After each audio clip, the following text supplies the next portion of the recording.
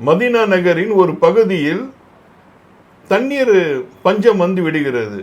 ஆனால் அந்த இடத்திலிருந்து கொஞ்சம் தூரமாக ஒரு யூதனுடைய கிணற்றிலிருந்து மக்கள் தண்ணீர் எடுத்து பயன்படுத்தும் போது அந்த யூதன் வந்து அந்த தண்ணிக்காக காசு வாங்கினான். ரசூலுல்லாஹி ஸல்லல்லாஹு அலைஹி வஸல்லம்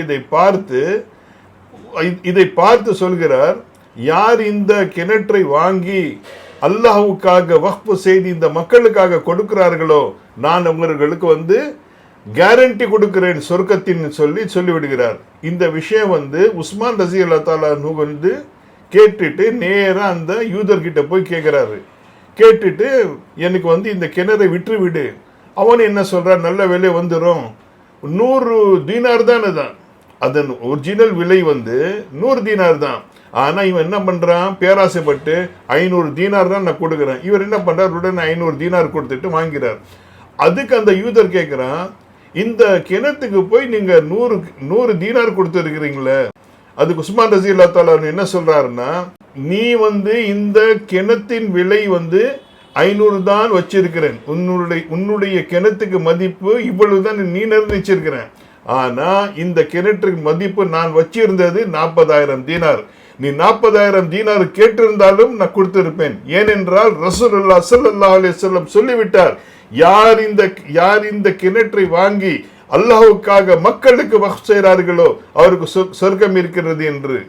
அல்ஹம்துலில்லாஹ், ஒரே சொல் ரசூலுல்லாஹி ஸல்லல்லாஹு அலைஹி வஸல்லமுக்கு சொல்லும்போது அந்த விஷயத்தை எடுத்து அமல் பண்ணி காட்டுவதில் சஹாபாக்கு நிகர் இந்த உலகத்தில் யாருமே இல்லை.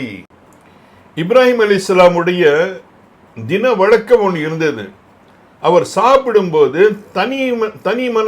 தனி மனிதனாக உட்கார்ந்து சாப்பிடவே மாட்டார். யாராவது ஒருத்தர் கூட கூப்பிட்டுட்டு வந்து உட்கார வச்சுட்டு சாப்பிடுவார். அன்றைக்கு பார்த்து யாரும் இல்லை, ஒரு வழிபோக்கனை கூப்பிட்டு சாப்பிட வைக்கிற போது என்ன சொல்றாருன்னா இப்ராஹிம் அலைஹிஸ்ஸலாம், பெரியவரே நீங்க இதை சாப்பிடுங்க, அல்லாஹ்வின் பெயர் கொண்டு நீங்க சாப்பிடுங்கன்றாரு. உடனே அவர் என்ன சொல்றாருன்னா, வழிபோக்கன்னு நான் வந்து என்னோட கடவுள் பேரை விட்டுட்டு வேறு யார் பேரையும் கேட்டு நான் சாப்பிட மாட்டேன், எனக்கு வந்து இதுல இஷ்டம் இல்லை. உடனே இப்ராஹிம் அலைஹிஸ்ஸலாம் என்ன சொல்றாரு, அப்படின்னா நீங்க சாப்பிடாதீங்க, கிளம்புங்கன்றாரு. உடனே அல்லாஹ்விடமிருந்து வஹி வருகிறது. ஜிப்ரைல் அந்த இடத்துல வந்து சொல்கிறார், அல்லாஹ் சொன்னதாக, யா இப்ராஹிமே, நான் அவனுக்கு வந்து ஒரு 80 வயசு இருக்கும், இது வரைக்கும் எனக்கு மாற்றா நடந்துட்டு இருக்கும்போது நான் அவனுக்கு வந்து எந்த சமயத்தில் வந்து அவனுக்கு உணவு கொடுத்ததுல வந்து குறை வச்சதே இல்லை.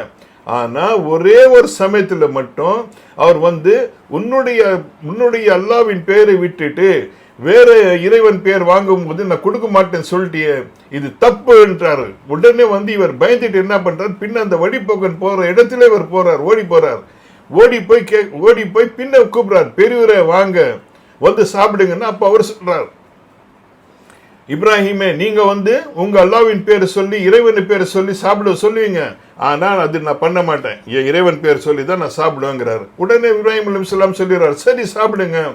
அப்போ அவர் கேட்கிறாரு, முதல்ல வந்து நீ அல்லாஹ்வுடைய பேர் கொடுத்தாதான், பேர் சொன்னாதான் சாப்பிடணும்னு சொன்னீங்க, இப்போ வந்து சொல்றீங்களே என்ன அர்த்தம்னா, இல்ல அந்த அல்லாஹ்வே சொல்லிட்டாரு, இத்தனை வருஷமா நான் எனக்கு மாறா நடக்கும்போது அவனுக்கு கொடுத்துட்டு இருந்தேன், இப்போ வந்து நீ ஒரே ஒரு வார்த்தைக்காக இப்படி பண்ணிட்டியே இப்ராஹிம் நீ சொல்லும்போது, உடனே அவர் என்ன சொல்றாருன்னா, இந்த மாதிரி இறைவன் அவங்களது, இவர் தான் நிச்சயமாக இறைவன் சொல்லி உடனே அந்த இடத்துல வந்து கல்மா ஓதி இஸ்லாத்தை ஏத்துறார்.